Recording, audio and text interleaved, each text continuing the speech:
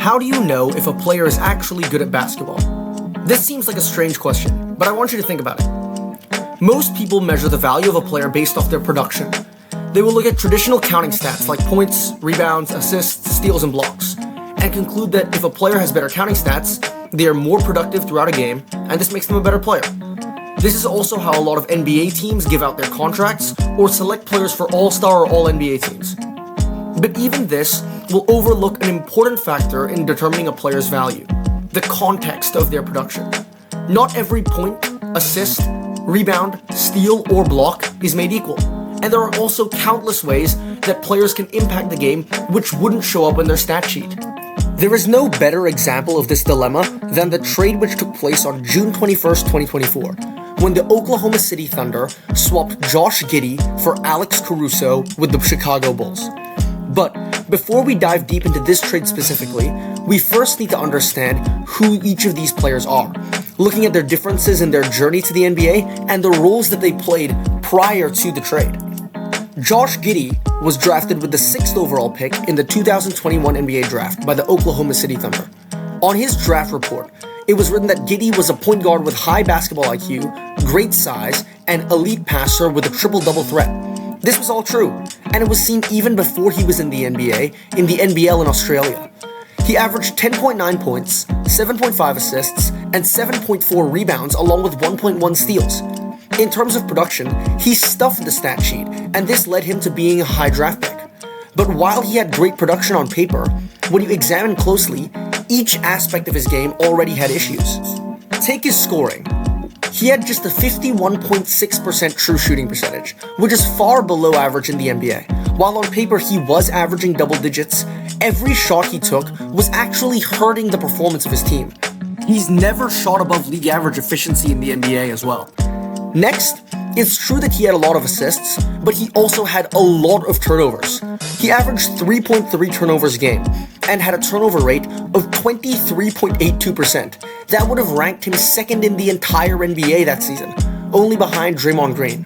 Finally, it's also true that he averaged 7.4 rebounds a game, which is really high for a guard. In fact, that would have ranked him third in the NBA among guards, only behind Russell Westbrook and Luka Doncic. But a large part of his rebounding was that knowing he was the lead guard, Giddey's teammates would let him grab defensive rebounds in order to quickly start possessions. But he wasn't truly adding value with this rebounding. We can see this because Giddey drops to 9th in offensive rebounding among guards with just 1.1 a game, which is still above average, but not exactly significant enough to add value. Finally, people would use his 1.1 steals per game as evidence that Giddey was a good defender. But this simply isn't true. It even says in his draft report that Giddey didn't have the stance or the lateral quickness to stay in front of shifty guards, and would instead resort to gambling for steals, relying too much on his length. In reality, he was a far below average defender. However, to me, the biggest problem with Giddey was that all of his stats were in the context of him being the best player on his team and the number one option.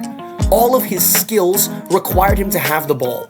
So when he got to the NBA and he wasn't the best guy on his team, how could he impact the game? He doesn't cut when he doesn't have the ball. He can't space the floor, shooting just 29.3% from three. And like we said, he has really bad defense. I just can't see a role for Giddey to be at all successful on a winning basketball team. And the opposite should be said about Alex Caruso. Caruso went undrafted in the 2016 NBA draft. I tried to find a draft report on NBADraft.net, but it proves my point even more that they didn't even have one available, showing that he wasn't even considered as a prospect at the time. Over 4 years in college, he averaged 8 points, 3.7 rebounds, and 4.7 assists. Not exactly eye-popping numbers. He got signed to the Philadelphia 76ers Summer League team in 2016, but he got cut. Then he got cut again by the Oklahoma City Thunder later that year, being sent to their G League team for the remainder of the year. He joined the Lakers Summer League team in 2017 and started in place of the injured Lonzo Ball as the Lakers won the Summer League championship. He then became the first ever player to be signed from the G League to the NBA via a two-way contract. Despite his numbers, Caruso was able to carve out a role as a valuable contributor on the Lakers. His calling card was his defense, as he averaged 2 steals a game in college without gambling, and he was named to the SEC All-Defensive Team. This alone gave him a role on a winning team, as he would be put in to guard opposing teams' lead guards in the playoffs. He played all 21 games for the Lakers as they won the NBA championship, and his first ever start was in the title-clinching Game 6, as he was put in to guard Tyler Hero, holding him to just 7 points on 3 of 10 shooting. He wasn't a lead guard, so he often didn't have the ball, but he made himself effective by spacing the floor with his shooting, as he is a career 37% three-point shooter, which is solidly above league average. He's also a good passer, shown in college as he led the SEC in assists per game in back-to-back years, so he could punish opposing teams in 5v4 or 4v3 situations whenever a teammate was doubled. Caruso was the type of player who would be useful to have no matter what situation your team was in. When he was traded to the Bulls in the 2021-22 season, it's noteworthy that the Bulls jumped from the 11th seed to the 6th seed, while the Lakers fell from the 7th seed to the 11th seed. The defense, shooting, and passing that Caruso brought helped lift the Bulls to their best season since the Derrick Rose era, as they actually held the 1 seed for a lot of the year before falling away right at the end due to Lonzo Ball's injury. In 2023, Caruso was named to the All-Defensive First Team and came 11th in Defensive Player of the Year voting, but the Bulls roster was slowly crumbling around him. At the same time, the Oklahoma City Thunder had found their superstar in Shai Gilgeous-Alexander and had just been knocked out of the playoffs in the second round by the Minnesota Timberwolves after finishing as the 1 seed in the regular season. They felt they were 1 piece away from the NBA championship. And this all brings us to June 21st, 2024, when the Thunder traded Josh Giddey for Alex Caruso in a straight swap deal. This is despite the fact that Josh Giddey had more points, assists, and rebounds per game in every single year of his career than Alex Caruso did in any year of his career. Yet, the Bulls fell from the 9 seed to the 10 seed without Caruso, and the Thunder won the NBA championship. This is because there is one stat, which I will argue is the most important of all, which I haven't shown. I've explained it many times before on this channel, but it's called on-off, and it compares the net rating of a team when a player's on the court against it when they're off the court. Over a single season, it might contain some noise due to luck or shooting swings, but across multiple seasons, it is the best indicator, to me, that a player is playing winning basketball. In 5 seasons across 2 teams, Josh Giddey has an average on-off of minus 2.1, meaning that his teams are 2.1 points better when he's off the court than when he's on it. His best season was in 2024, where he had a plus 0.5 on-off.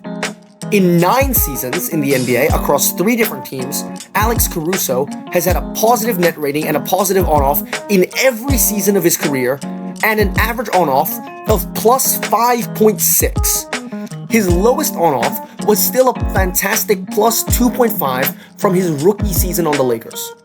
Looking at their numbers from just this season, Giddey averaged 17 points, 9.1 assists, and 8.3 rebounds, which sums up to 34.4 total counting stats, but with an on-off of minus 0.1.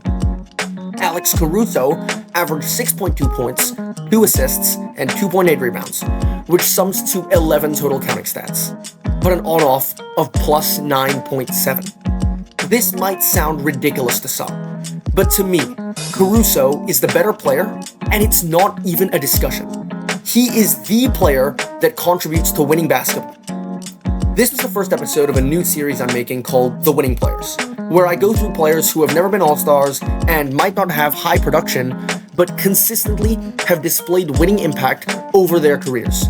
It's also kind of crazy that I already had this script written, then Caruso dropped 31 points, 2 steals, and 2 blocks in the Western Conference Finals. But yeah, let me know what you guys think of this idea, and please drop a like and subscribe because it would really help the channel. That's all for today, and I'll catch you in the next one.